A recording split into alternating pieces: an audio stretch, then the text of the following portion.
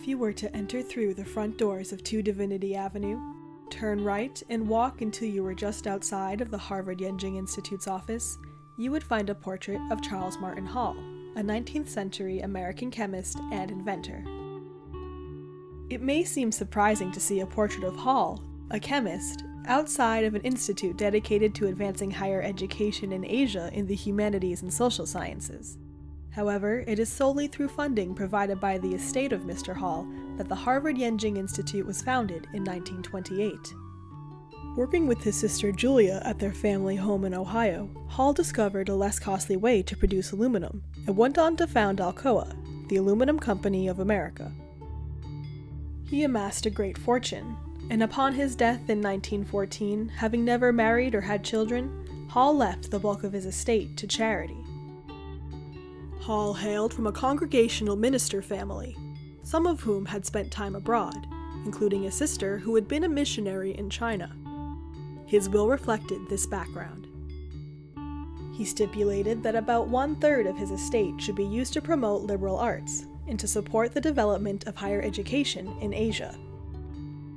The trustees of Mr. Hall's estate met with representatives from Harvard University and Yenching University and decided to partner with both in order to establish the Harvard Yenching Institute, a legally and financially independent foundation. I don't really know of any other institute that is, on the one hand, an independent foundation with its own source of funding that's exclusive to itself, and also that's legally independent of the university where it actually occupies space. And so that relationship with Harvard is unique, but it's a relationship that has changed a great deal over the intervening decades as well. Starting in the 1930s, the Institute funded visiting professorships at Harvard, significantly expanding the number of courses in East Asian studies. The Institute has a rich collection of research materials and rare books in East Asian languages. This collection was the predecessor of the Harvard Yenching Library. Today, with its 1.6 million volumes in more than a dozen languages, the Harvard Yenching Library has become the largest academic library for East Asian studies in the Western world. During the 1930s and 40s, the Institute provided direct support to Yenching University because of its focus on the liberal arts, along with 5 other major Christian colleges in China and a few institutions in India. The Institute also sponsored major scholarly undertakings in Asia, such as the Sinological Index series, which established reliable bibliographies and indexes to the most important Chinese classics, and Joseph F. Rock's ethnographic and linguistic research on the Na-Xi ethnic people in southwest China. In 1952, when all of the private universities were closed in China, of course, the Harvard Yenching Institute had to completely change its relationship with universities in Asia. And so 52 really is when the Institute began to reorient itself from simply supporting universities in Asia to bringing scholars from Asia to spend time doing studies and research at Harvard University. Since the 1950s, the Institute's core activity has been to offer fellowships to doctoral scholars and younger faculty members at leading East and Southeast Asian universities in all fields of the humanities and social sciences. Although the Institute has a special commitment to promoting the study of Asian culture, its support is not limited to that field. Over the past 8 decades, the Harvard Yenching Institute has given fellowships to over 1,200 faculty and 600 graduate students. The majority of scholars come to Harvard for one academic year, where they join an interdisciplinary group of scholars from across Asia. With several dozen scholars in residence at one time, the Institute's community is a place for vibrant intellectual exchange and growth. Looking back, being part of the HYI community was a fantastic experience. Interactions at the Institute with researchers from various countries with different specialties broadened my horizons and provided me the opportunity to reconsider my own field from new perspectives. The most important thing I received from my stay is the networking. I was connected to many scholars who are wonderful, outstanding, and friendly from across Asia. And we exchanged ideas and research, and we became friends. I was impressed by the monthly public lectures where our group of promising visiting scholars from East Asia shared our cutting-edge research findings. The enlightening experience at Harvard Yenching has not only broadened my intellectual networks, but also immensely benefited my academic career. I would not have had the connections with American academia if I did not come to Harvard Yenching. Many of the connections I built at that moment still remain to this day. I got to know quite a few Harvard faculty members well in and beyond East Asian studies. I attended lectures of world-leading scholars who came through Harvard. I share my work with Harvard's faculty, students, and guests by giving papers on campus and by having conversations with them.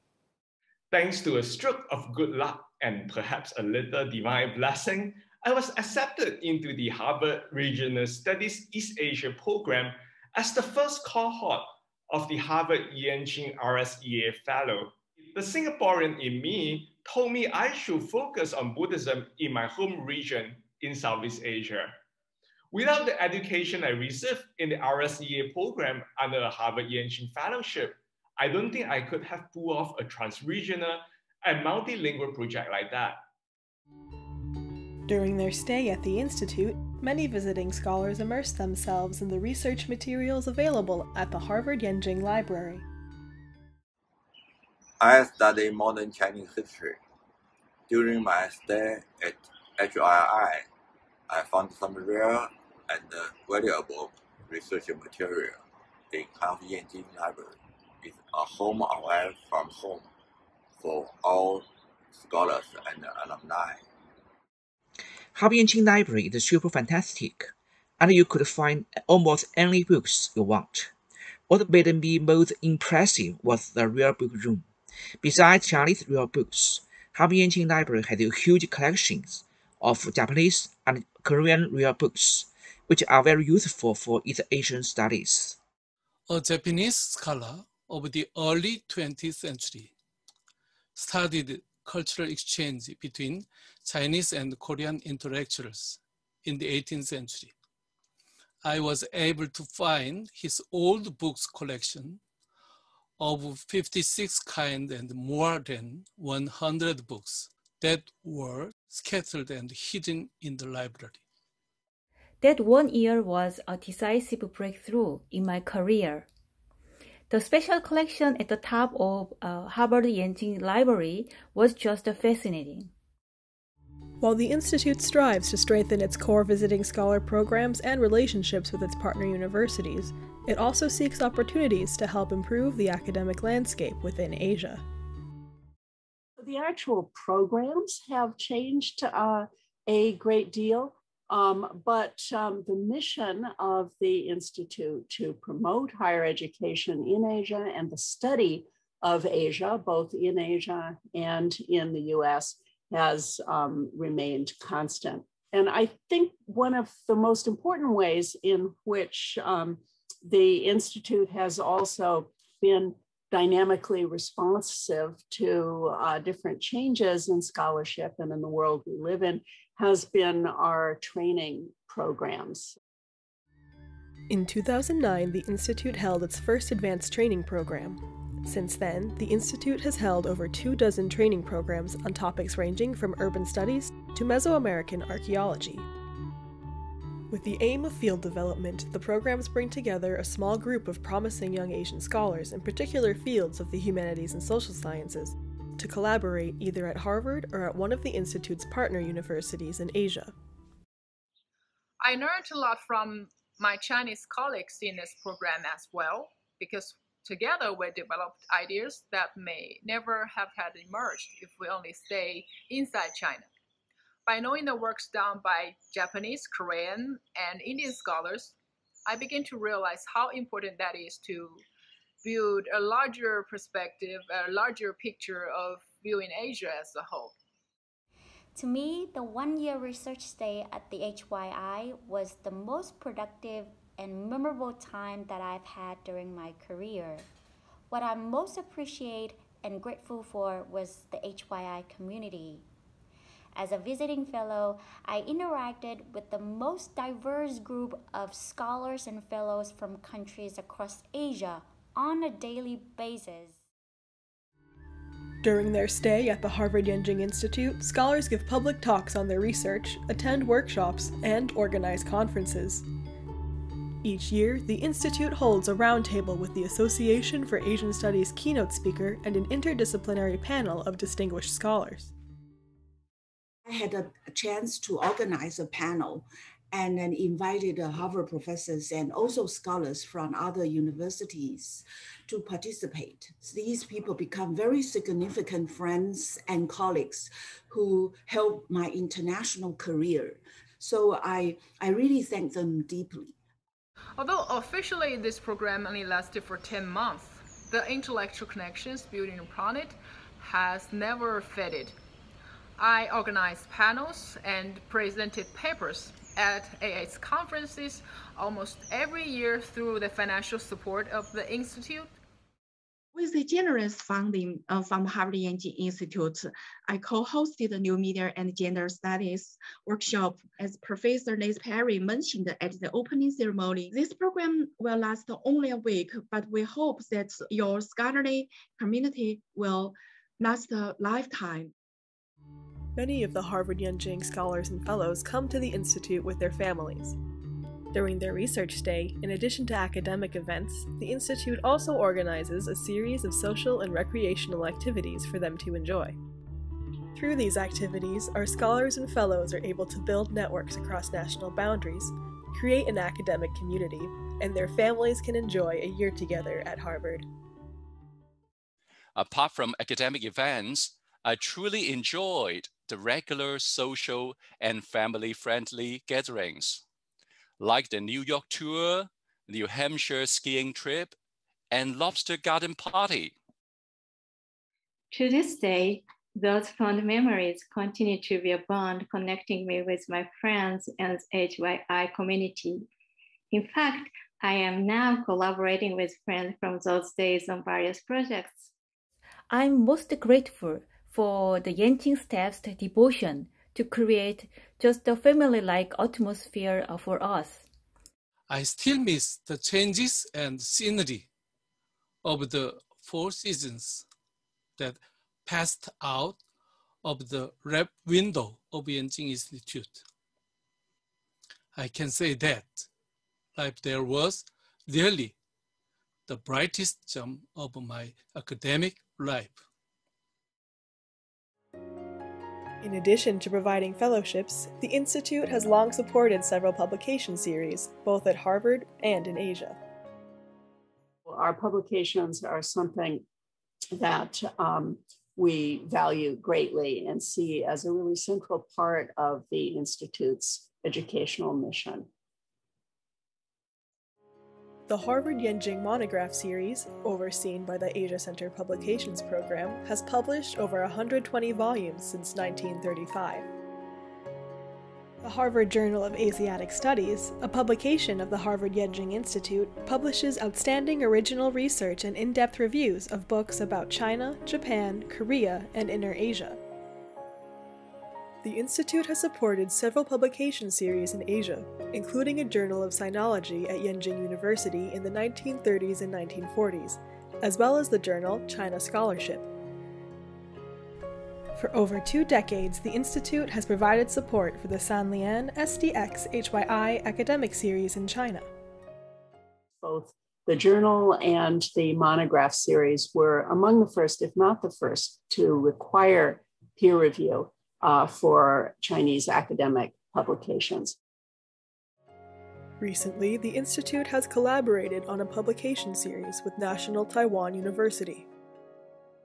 This series publishes monographs in Chinese, which make a major original contribution to the humanities and social sciences. I think one important way in which the activities of the Institute have changed in recent years has been a greater emphasis on introducing scholarship produced in Asia to a Western audience. The Harvard Yenching Institute's website publishes book reviews on recent Asian language monographs and working papers from affiliated scholars, along with promotions for new publications by alumni and recordings of past events. The website also offers an in-depth look at volumes from the Institute's rare books collection, which are housed at the Harvard Yenching Library. In its 90-plus years of existence, the Harvard Yenching Institute's activities have evolved while staying true to its mission. When the Institute was first founded back in 1928, the conception that was in the minds of those founders was largely how we would take modernized scholarship developed in the United States, specifically at Harvard University, and share that with our Asian colleagues. Now I think we have a much more globalized view of scholarship in which a lot of the cutting edge scholarship on Asia is being produced by scholars in Asia. And a very important role of the Institute is to serve as a bridge to bring that scholarship from Asia to a Western audience. Since the 1950s, the Institute's core fellowship program has brought outstanding scholars from Asia to Harvard. Some of the Institute's newer programs actually have connections to partnerships from over 80 years ago. Another area which also connects us back to our early activities has been to encourage Sino-Indian studies. Back in the 1930s and 40s, the Harvard Yenching Institute supported a Sino-Indian research institute located in Peking, but independent of Yenching University. It was a very important research institute for studying Buddhist sutras and comparing the Buddhism that had developed in India with Buddhism as it became known within China. Today, the focus of these Sino-Indian comparative studies is only partially about Buddhism. Many of our young scholars are interested in very contemporary topics, topics of international trade and security, and so forth. These days, knowledge of India within China and knowledge of China within India is still really pretty rudimentary. And so the Institute feels that it can, in collaboration with research institutes and universities in both of those countries, help to strengthen the understanding of the other. So I can say with confidence that this is undoubtedly one of the best programs that exists in India for China studies. This multi-year, multi-university grant allows a research scholar to occupy different academic spaces and be immersed in distinct cultures that helps craft one's worldview.